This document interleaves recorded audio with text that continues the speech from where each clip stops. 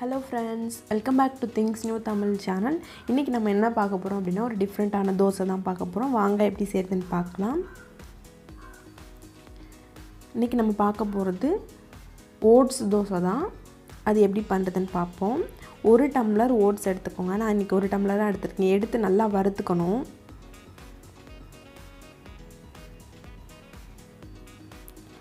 Oats நல்லா நீங்கள் வறுக்கும்போது ஒரு விதமான நல்ல வாசனை வரும், நல்லா சூப்பராக இருக்கும் அந்த ஸ்மெல்லு.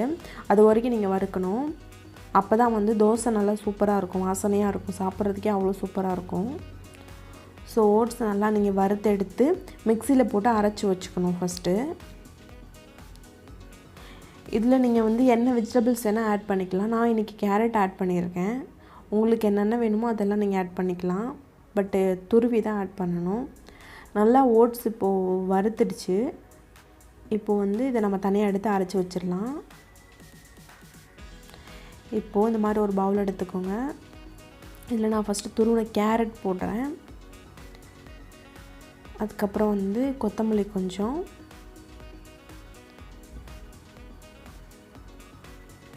சீரகம் போட்டுக்கோங்க. மிளகு வேணுங்கிறவங்க மிளகு போட்டுக்கலாம். நான் மிளகு போடல இன்றைக்கி. அதே மாதிரி பச்சை மிளகாவும் போடல.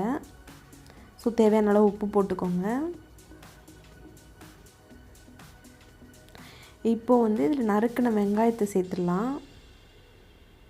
நல்லா குட்டி குட்டியாக கட் பண்ணி வச்சுருக்கேன். அந்த வெங்காயத்தை இதோடு சேர்த்துடலாம். இதெல்லாம் சேர்த்துட்டு லாஸ்ட்டாக நம்ம வந்து வறுத்து அரைச்சி வச்சுருக்க ஓட்ஸ் இதில் ஆட் பண்ணிடலாம்.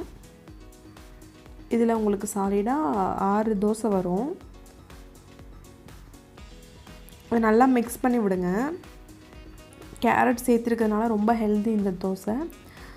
அதுவும் இல்லாமல் ஓட்ஸும் ரொம்ப ஹெல்தி தான் உடம்புக்கு. ஸோ டெய்லி தோசையாக சாப்பிட்றவங்க இந்த மாதிரி டிஃப்ரெண்ட்டாக என்றைக்காவது ஒரு நாள் செஞ்சு சாப்பிட்லாம்.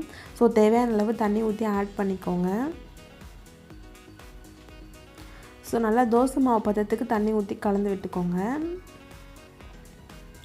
இப்போ ஆல்மோஸ்ட் நம்மளுக்கு மாவும் ரெடி ஆகிடுச்சு. இப்போ டேரெக்டாக நம்ம எப்பவும் போல் தோசை ஊற்ற வேண்டியது தான்.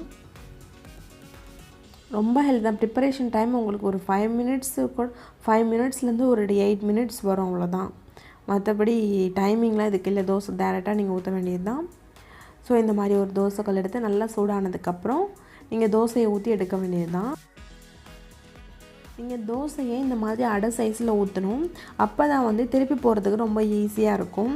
ஸோ சுற்றி ஆயில் விட்டுட்டு மூடி வச்சு மூடி வேக வைங்க. அப்போது சீக்கிரமாக வெந்துடும் உங்களுக்கு. ஸோ வெந்ததுக்கப்புறம் நீங்கள் திருப்பி போட்டு அந்த சைடு வெந்ததுக்கப்புறம் எடுத்துக்கலாம். இது மாதிரி எல்லா தோசையும் நீங்கள் சுட்டு எடுத்துக்கோங்க. ஓட்ஸில் வந்து நார்ச்சத்து அதிகமாக இருக்கனால கொலஸ்ட்ரால் எல்லாம் கம்மி பண்ணும்.